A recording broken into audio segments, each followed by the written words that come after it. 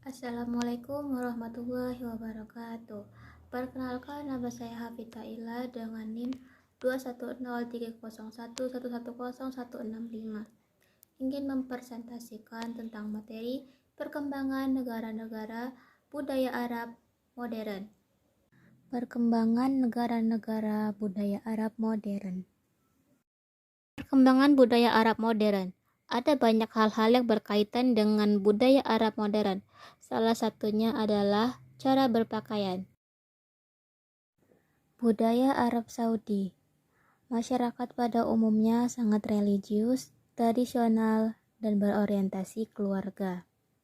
Mengikuti prinsip amar ma'ruf nahi munkar, kehidupan sehari-hari didominasi oleh ketaatan Islam. Perkembangan busana masyarakat Arab Saudi. Meskipun sama-sama etnis Arab, mereka dari berbagai suku, klan, dan fam yang berlainan. Arab Saudi setidaknya dibagi menjadi 6 wilayah geokultural. Masing-masing penduduknya mengembangkan bentuk tradisi dan kebudayaan sendiri, termasuk tata busana, sesuai karakter alam, lingkungan, struktur sosial, tingkat pluralitas penduduk, profesi warga, dan sejarah masyarakat lokal. Peran sentral Wahhabi Najd.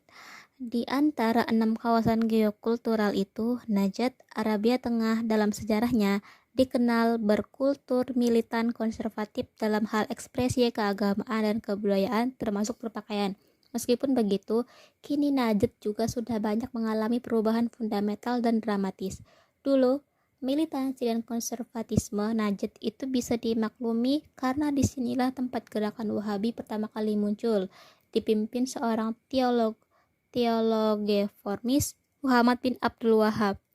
Di kawasan ini pula Muhammad al-Saud mendirikan pusat kerajaan Arab Saudi pertama, tepatnya di Diriyah, tempat kelahirannya di abad 18. Jika Wahabi diambil dari nama Muhammad bin Abdul Wahab at-Tamimi, maka nama Saudi diambil dari nama ayah Muhammad al-Saud, yaitu Saud bin Muhammad al-Mukrin, kala itu Amir Diriyah. Kelak jadikan politisi, birokrat, sarjana, dan aktivis agama kelompok Wahabi Najd inilah yang membuat aturan etika berbusana dan menyeragamkan model berpakaian masyarakat di seluruh wilayah Saudi. Puncaknya awal 1980-an ketika kelompok atau faksi Islam garis keras atau sayap militan dan ultra konservatif diberi otoritas penuh oleh Raja Khalid di panggung kekuasaan dan keagamaan. Mereka bergerak cepat membuat berbagai peraturan dan norma berpakaian bagi masyarakat yang tinggal di seantero Arab Saudi, baik warga setempat maupun mendatang. Sejak saat itulah perempuan jika di tempat umum diharuskan memakai abaya, hijab, dan cadar berwarna hitam, yang menurut mereka dianggap sebagai warna yang paling mendekati diktum atau petunjuk dalam syariat Islam, yaitu kesederhanaan, di samping fungsi penutup aurat. Melanggar aturan ini kena sanksi berat, termasuk dicambuk.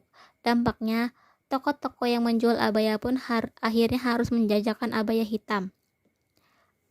Aturan serba ketat, kaku, dan rigid dalam berbusana ini berlangsung hingga 40 tahun sebelum kelompok militan agama dipreteli peran sosial keagamaan mereka dari struktur kekuasaan dan pemerintahan. Institusi polisi syariat atau mutawa yang puluhan tahun menjadi penjaga moral masyarakat juga sudah dibekukan. Sebelum dilikuidasi, merekalah yang selama ini patroli di tempat-tempat umum guna mengecek ada tidaknya perempuan yang tak berabaya atau berhijab, atau yang berkumpul laki-laki dan perempuan. Sebelum era 1980-an, perempuan Saudi khususnya yang berada di luar kawasan Najd cukup leluasa dalam hal berbusana, tak harus mengenakan pakaian serba hitam. Bahkan tradisi busana masyarakat urban di kawasan Hijaz sebelum ditaklukkan keluarga As-Saud pada 1930-an sangat dipengaruhi gaya berbusana Turki Utsmani Ottoman yang dulu sempat menguasai kawasan ini. Meski ada perempuan yang memakai pakaian serba hitam, itu atas prakarsa atau kesadaran mereka sendiri, bukan karena paksaan, kewajiban, dan aturan pemerintah. Mereka juga leluasa memakai pakaian tradisional suku atau daerah masing-masing yang sangat warna-warni dan penuh dengan aksesoris.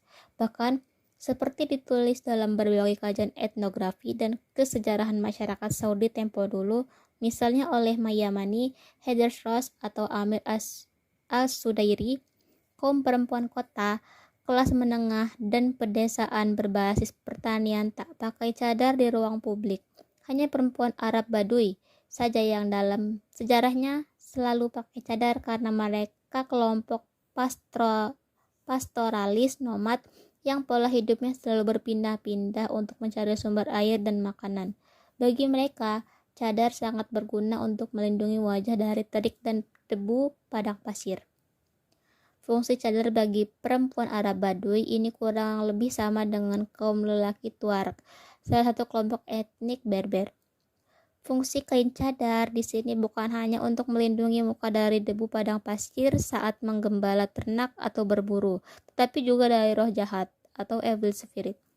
Perkembangan masa kini.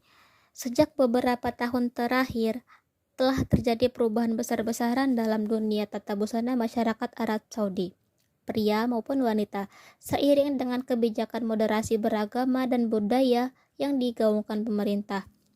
Arab Saudi kini sedang menikmati kembali fleksibilitas berpakaian seperti tempo dulu, tentu saja masih dalam koridor norma kepantasan dan kesopanan. Pria Saudi kini semakin banyak yang mengenakan celana jeans, baju, kaos, jas, dan lain sebagainya. Gamis banyak dipakai untuk acara-acara resmi di kantor, resepsi pernikahan, wisuda, dan sebagainya. Kaum perempuan, kalau di ruang publik, tak lagi takut ditangkap polisi syariat kalau tak berhijab atau tak mengenakan abaya. Abaya yang dijual di toko-toko atau butik pun tidak lagi didominasi warna hitam, tapi sudah warna-warni. Yang menarik, berbagai event peragaan busana atau fashion show bagi perempuan juga digelar dengan menghadirkan top model dari luar negeri. Fenomena ini cukup kontras dengan apa yang terjadi di Indonesia saat ini. Di saat Saudi sedang memoderasi, memfleksibelkan, dan meluaskan budaya berbusana serta berupaya menghidupkan kembali pakaian daerah atau tradisional agar tidak punah, sebagian kelompok Islam kita malah gencar mengkampanyekan apa yang mereka klaim sebagai busana Islami atau syar'i, seraya mentabukan dan mengkafirkan busana daerah atau tradisional atau pakaian adat warisan para leluhur Nusantara. Cukup sekian apa yang bisa saya sampaikan, kurang dan lebihnya mohon dimaafkan. Wassalamualaikum warahmatullahi wabarakatuh.